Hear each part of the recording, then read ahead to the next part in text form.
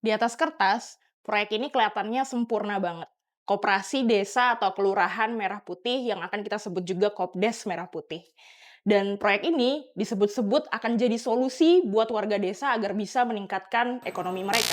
Gerakan Koperasi Indonesia akan bangkit menjadi kekuatan ekonomi Indonesia.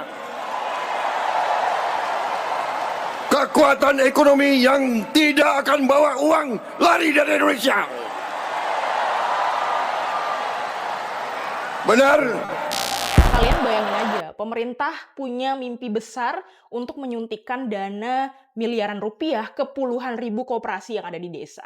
Tapi sayangnya, mimpi besar dan indah itu justru bertentangan dengan kepentingan yang paling utama, yaitu kepentingan publik. Dari perencanaan yang berantakan, pengadaan fisik yang penuh tanda tanya, permainan harga mobil impor, sampai yang paling penting, warga desa bahkan berpotensi kehilangan hak mereka untuk mengatur koperasinya sendiri. Kenapa program dengan dana yang sangat besar ini punya masalah yang sangat banyak di awal? Dan kenapa program ini harus segera dihentikan sebelum dia menjadi bom waktu bagi desa-desa kita? Yuk kita bedah bareng-bareng.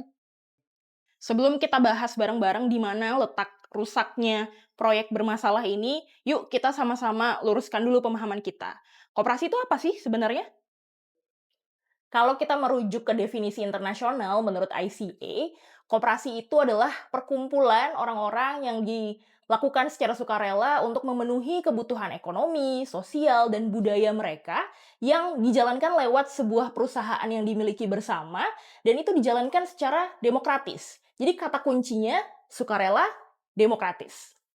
Nah, kemudian filosofi tadi diperdalam lagi nih sama bapak koperasi kita, yaitu Bung Hatta, yang mana menurut Bung Hatta, pelaksanaan koperasi ini bukan sekedar operasional untuk mencari keuntungan saja, tapi lebih daripada itu, dia dijalankan dengan semangat untuk memperbaiki nasib perekonomian bersama dengan asas tolong-menolong.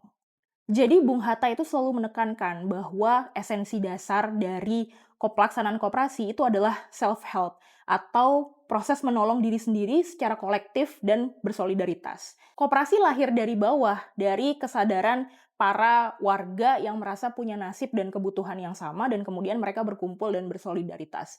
Jadi koperasi itu adalah kegiatan ekonomi yang punya jiwa, bukan sebatas proyek top-down yang dipaksakan untuk dilaksanakan dari atas.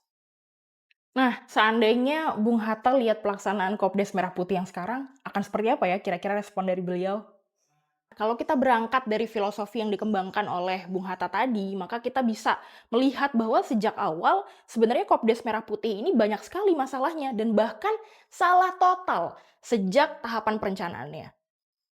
Dalam penerapan ilmu kebijakan publik yang sehat, pemerintah itu seharusnya melakukan sejumlah tahapan sebelum melakukan sebuah program yang skalanya sangat besar. Pertama, mereka harus melakukan atau mempersiapkan kajian akademisnya terlebih dahulu. Kemudian, yang kedua, melakukan pemetaan kebutuhan dari setiap desa. Ketiga, melakukan pilot project dulu atau uji coba di sejumlah wilayah untuk tahu kesiapannya seperti apa. Baru masuk ke tahap yang terakhir, yaitu eksekusi. Tapi bagaimana dengan pelaksanaan Kopdes Merah Putih? Yang kita lihat hari ini pemerintah menggunakan pendekatan, kita kerjain dulu aja deh, nanti kalau ada masalah kita atasi belakangan. Dan ini bisa kita lihat dari pasca penerbitan Instruksi Presiden nomor 9 tahun 2025, proyek Kopdes Merah Putih ini langsung dipaksakan berjalan dan diterapkan di puluhan ribu desa. Ini jelas bertentangan dengan prinsip Bung Hatta yang tadi kita bahas. Alih-alih menumbuhkan kesadaran warga atas kebutuhan dan nasib mereka dari bawah, pemerintah justru mendikte tentang apa yang dibutuhkan oleh warga di desa dari atas. Dan Prabowo beserta para pembantunya menyamaratakan kebutuhan di setiap desa seolah-olah kebutuhan mereka semua sama.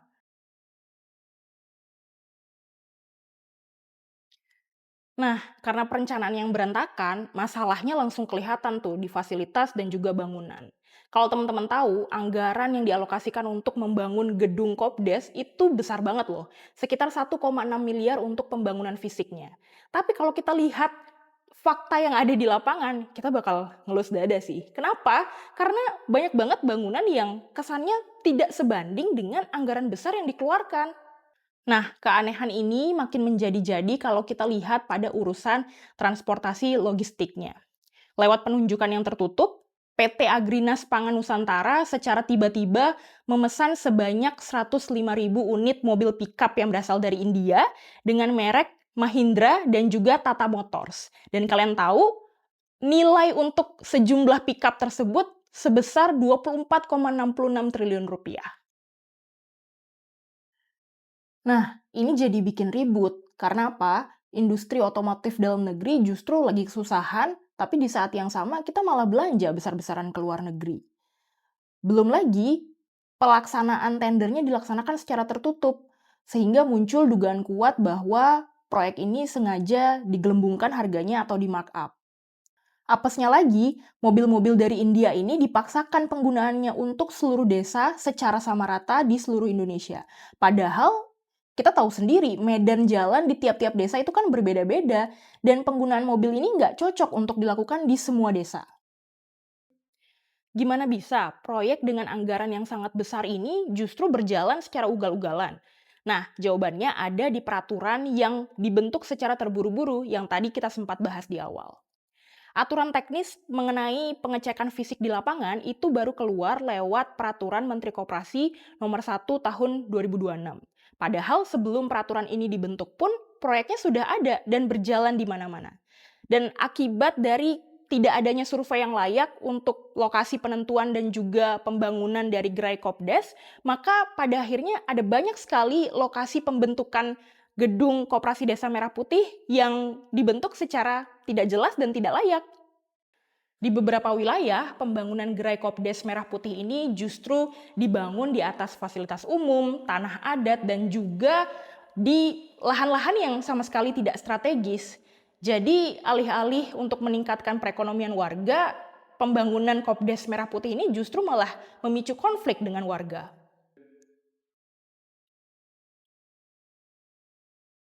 Tapi dari berbagai masalah yang tadi, bagian ini yang paling memprihatinkan, yaitu koperasi jadi kehilangan jiwanya.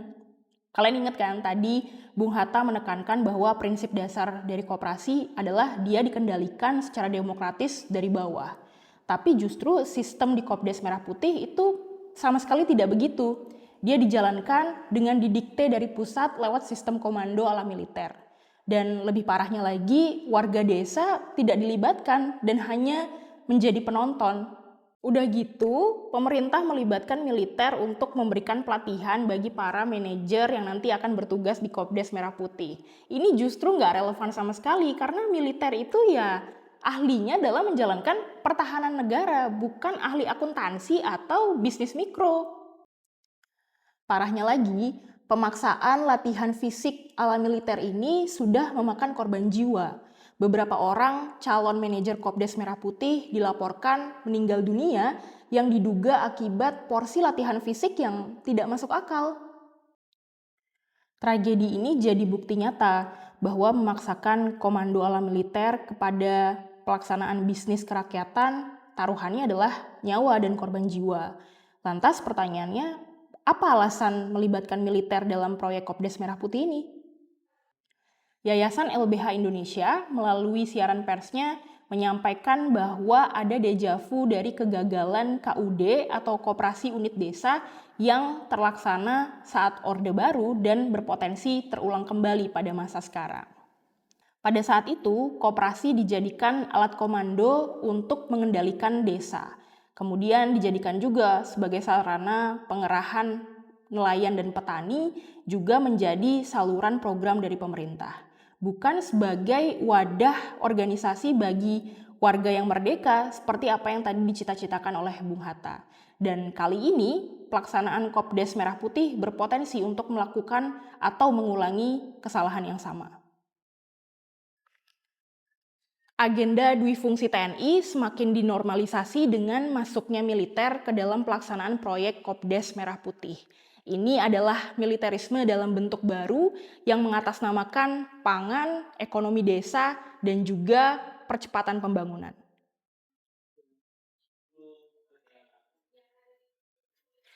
Kalau dari sisi pedagang kecil, hadirnya Kopdes Merah Putih ini justru merusak ekosistem pasar desa yang sebelumnya telah terbentuk. Sebelum adanya Kopdes Merah Putih, di desa sudah ada warung kelontong milik warga, pasar desa, dan juga BUMDes. Namun, dengan masuknya Kopdes Merah Putih yang membawa modal besar dari APBN, mereka akhirnya bisa menguasai rantai pasok dan juga mengendalikan harga pasar. Dampaknya, warung-warung kecil milik warga menjadi sepi dan kehilangan pelanggan. Kalian bayangin aja, selama ini mereka juga sudah cukup sulit dengan harus bersaing dengan supermarket-supermarket swasta. Apalagi sekarang mereka juga harus ikut bersaing dengan Kopdes Merah Putih. Ditambah lagi, laporan dari Selios menyatakan bahwa ke depan ada potensi lebih dari 800.000 tenaga pekerja yang akan kehilangan pekerjaan mereka apabila Kopdes Merah Putih ini dipaksakan untuk terus berjalan. Nah, sekarang kita masuk ke dalam permasalahan yang berpotensi jadi bom waktu, tapi jarang disadari oleh orang-orang. Kira-kira kalau Kopdes Merah Putih rugi atau bangkrut, siapa ya yang akan menanggung kerugiannya? Banyak yang berpikir bahwa ketika Koperasi Desa Merah Putih itu bangkrut atau rugi, maka pemerintah pusat yang akan menanggung kerugiannya. Eits, itu salah besar. Sistem keuangan kita justru akan memaksa pemerintah desa untuk menjadi penanggung utang terakhir jika Kopdes Merah Putih merugi. Penelitian dari teman-teman Selios juga menyebutkan adanya resiko gagal bayar yang harus dialami oleh Kopdes Merah Putih sebesar 85,9 triliun selama 6 tahun. Dan resiko yang sangat masif tersebut harus ditanggung oleh pemerintah desa, di mana nominal yang sangat besar tadi berjumlah atau setara kurang lebih dengan 20% dari total dana desa selama 6 tahun tersebut. Selama ini, anggaran desa itu sudah cukup terbatas yang digunakan untuk membenarkan jalan, mengurus posyandu, dan untuk melaksanakan program pemberdayaan warga lainnya. Kita bayangin kalau nanti Kopdes Merah Putih itu sepi, kemudian usahanya gagal, atau bahkan mobil yang tadi diimpor dari India itu mangkrak karena servisnya mahal, dana dari mana buat nutupinnya? Pada akhirnya, uang dana desa yang bakal dikorbankan. Dan ini sama sekali nggak adil. Bayangkan, ketika untung yang menikmati adalah elit pusat dan juga vendor mobil. Tapi ketika buntung dan rugi, yang dipaksa untuk menanggung adalah dana desa yang merupakan milik rakyat. Dengan berbagai permasalahan tadi, maka proyek Kopdes Merah Putih ini harus segera dievaluasi dan juga dicek ulang. Apalagi kalau kita lihat pelaksanaannya, yang dimana Kopdes Merah Putih dijalankan secara top-down dan melibatkan gaya-gaya komando ala militer, ini sangat jauh dari apa yang selama ini dicita-citakan oleh Bung Hatta. Dan ke depan, kerugian yang akan ditanggung sangatlah besar. Yang akan menjadi korban adalah sistem perekonomian yang selama ini sudah dibangun oleh warga lokal dan juga akan mengorbankan dana desa yang menjadi tulang punggung utama dari pembangunan di desa. Belum lagi bicara soal keterlibatan militer dalam Kopdes Merah Putih. Kembalikan militer ke barak dan cabut mereka dari koperasi.